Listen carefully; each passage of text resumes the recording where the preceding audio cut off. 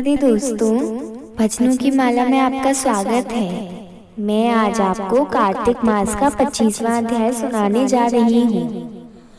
माह कार्तिक एकादशी प्रिय व्रत मुझको तीन, सेवई तुलसी द्वारिका होवे मुझ में लीन। श्री कृष्ण बोले, हे प्यारी, नारद मुनि के ऐसे वचनों को सुनकर विस्मित मन होकर पृथु ने उनका अच्छी तरह पूजन करके उन्हें विदा कर दिया। अब तुमने जान लिया कि माह कार्तिक और एकादशी ये तीनों व्रत मुझको क्यों बहुत प्यारे हैं। वनस्पतियों में तुलसी, महीनों में कार्तिक, तिथियों में एकादशी और क्षेत्रों में द्वारिका मुझको अति प्यारी है। जितेंद्र होकर जो इनका सेवन करेगा वह हमको इतना प्रिय होगा जितना यज्ञादिकों के करने वाला नहीं होता। इन तीनों का सेवन करने वाले मनुष्यों को संसार की विपत्तियों से भय नहीं करना चाहिए।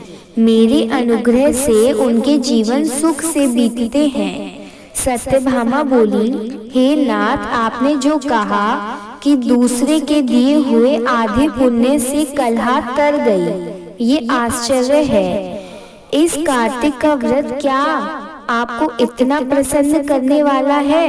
परायों द्वारा किया पुण्य देने से मिल जाता है या बिना दिए भी, सो आप कहो। श्री कृष्ण बोले, बिना दिए हुए पुण्य और पाप जिस कर्म से मिलते हैं सो तुम सुनो।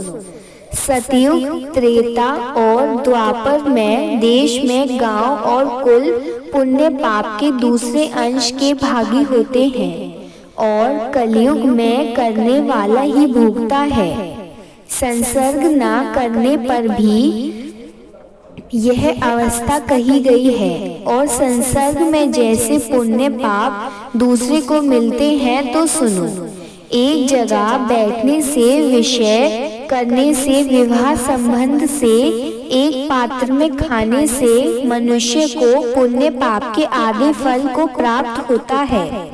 पढ़ाने से, यज्ञ कराने से, एक पंक्ति में भोजन से मनुष्य परोक्ष में पाप और पुण्य के चौथाई फल को प्राप्त होता है।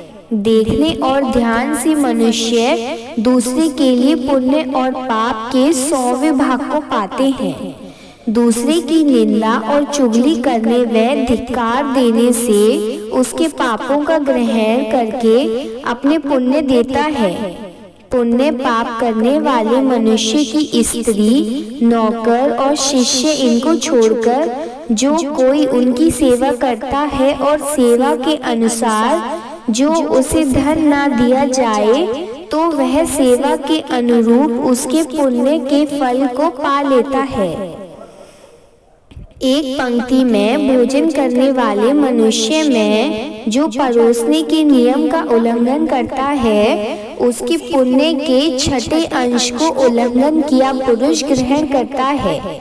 स्नान संध्यादि करते समय जो दूसरे को छुए अथवा बात करे तो अपने पुण्य कर्म के छठे अंश को दूसरे को देता है। धर्मार्थ जो दूसरे के धन मांगता है उसका फल धन देने वाले को मिलता है। पराया द्रव्य लेकर पुण्य करने वाला पापी है और धन देने वाले को पुण्य का फल मिलता है। जो मनुष्य दूसरे के ऋण को चुकाए बिना मर जाता है तब वह धन अपने धन के अनुसार उसके पुण्य फल को ले लेता है। जो आदमी शिक्षा देता है, सलाह देता है, सामग्री देता है और प्रेरणा करता है वह पुरुष पुण्य के छठे अंश को प्राप्त होता है। प्रजा के पुण्य पाप के छठे अंश को राजा भरता है। इस तरह शिष्य का गुरु, स्त्री का पति, पुत्र का पिता हरता है। पति के अनुकूल रहने और उसके मन को प्रसन्न करने वाली स्त्री पति के पुण्य का आधा भाग ले लेती है। जो पुण्यात्मा पराये हाथ से दान करता है, नौकर और पुत्र को छोड़कर, करने वाले के छठे अंश को प्राप्त होता है। जीविका देने वाले खाने के छठे अंश को पाता है।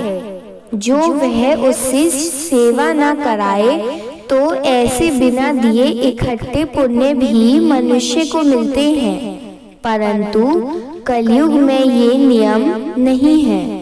पुण्य और पाप को भोगने वाला करता ही होता है। इसमें एक पुराना इतिहास बड़ा पवित्र उग्र बुद्धि को देने वाला है, उसे सुनो।